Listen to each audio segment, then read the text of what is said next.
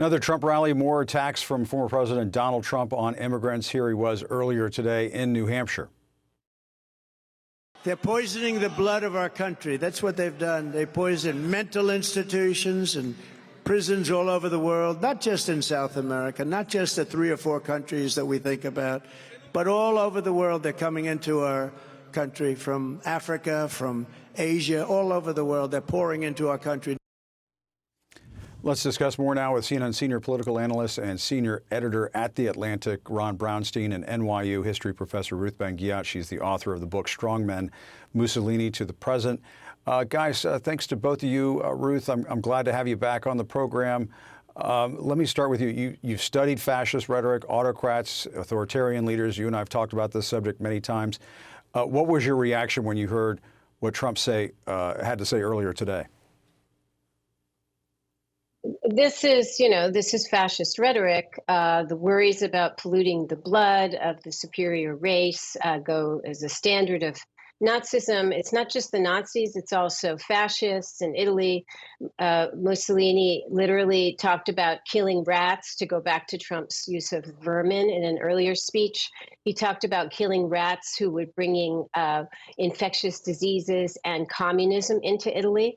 So, this is fascist rhetoric, and he's using it for a very precise purpose. But we also want to, ask why he's using it now so often. And unfortunately, the Trump campaign's made it very clear what they want to do to immigrants, mass deportations, mass detentions, likely abuses and violence in those operations. And, dehumanizing immigrants, which is what this language does, is a way to get Americans prepared now to accept these repressions later on. That's what's so terrible, and that's also another thing that's so fascist about this.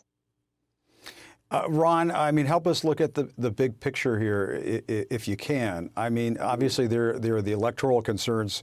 For the Republicans, it's hard to imagine swing voters in places like suburban Philadelphia or Michigan, Wisconsin, gravitating to this kind of language after they've already rejected it before. This is something that has hurt Trump in previous elections.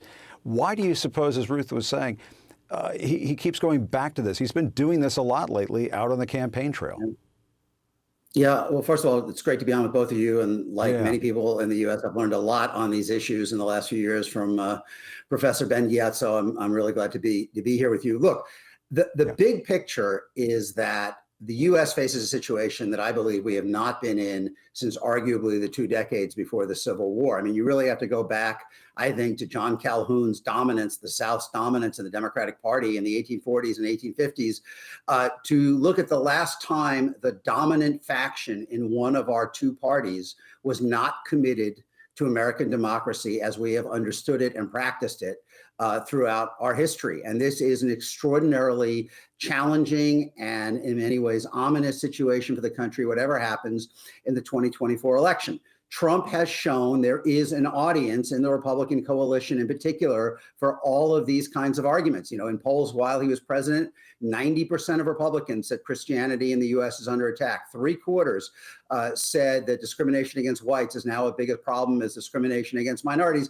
And in multiple polls, Jim, 55 to 60% of Republicans said the traditional way of American life is disappearing so fast that true patriots may have to use force to preserve it. So there is an audience for this. But as you note, there is also a substantial audience that has been mobilized in 3 consecutive elections to prevent this vision from being implemented. And, we are in a position now where a majority of voters are unhappy about the economy, discontented about Biden, maybe think he's too old to run for another term. But it's a very different proposition to say that most Americans in the end will be willing to empower someone talking so explicitly, as the professor said, echoing fascist leaders from the darkest moments of the 20th century. I've said to you before, and I believe again, Trump throws Biden lifelines every day.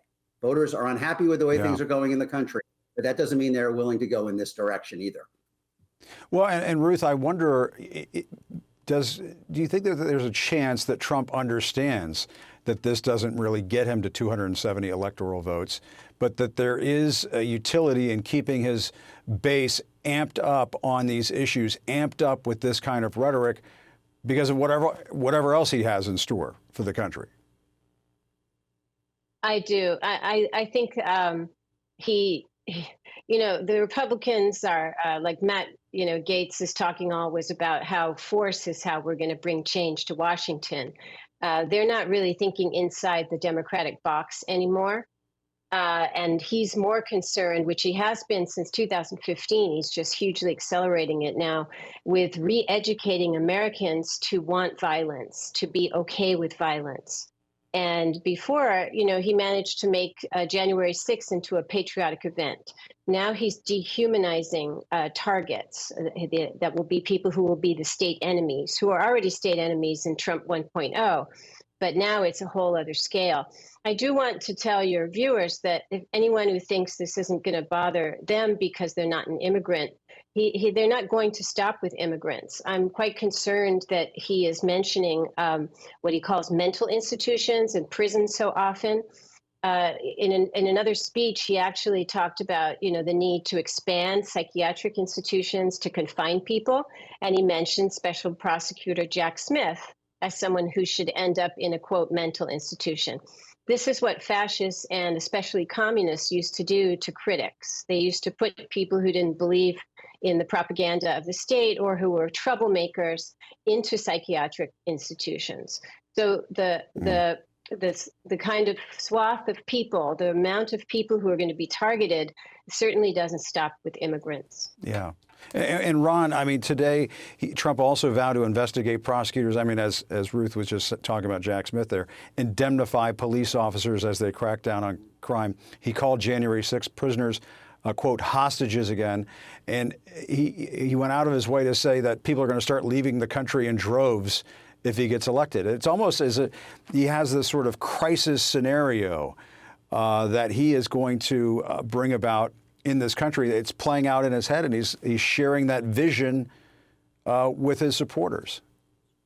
Well, when he was president, I often said that he governed as a wartime president for Red America, with Blue America rather than any foreign country as the adversary. And you see that even more explicitly this time. In our Atlantic special issue on his second term, I wrote, you could look at the variety of plans we've been talking about some of them that he's put forward that would involve projecting federal forces into blue states and cities. He's talking about mass door-to-door deportation. He's talking about rounding up the homeless. He's talking about sending the National Guard into blue cities in unspecified ways to fight crime and restore order. And some people around them have talked about invoking the Insurrection Act against protests. So, I mean, what we're talking about is someone who sees himself as using national power to advance factional ends, to impose the agenda that is settling over red states onto blue states and cities, whether that's on voting,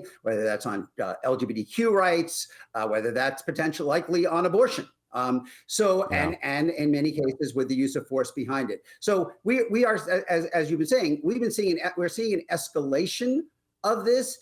There may be a majority of Americans who are willing to accept this, but that is a much more difficult proposition than asking whether there are a majority of Americans who are unhappy with the way the economy is going and are willing to just make a change on that front. I think Trump is making this, if he is the nominee, much harder on himself than you would expect, given the level of dissatisfaction with Biden. We saw in 2022, Jim, was that an unprecedented number of voters who said they were unhappy about the economy, dissatisfied with Biden, still voted for Democrats because they view the Republican alternative as too extreme. And that is the door that Trump is opening almost every day.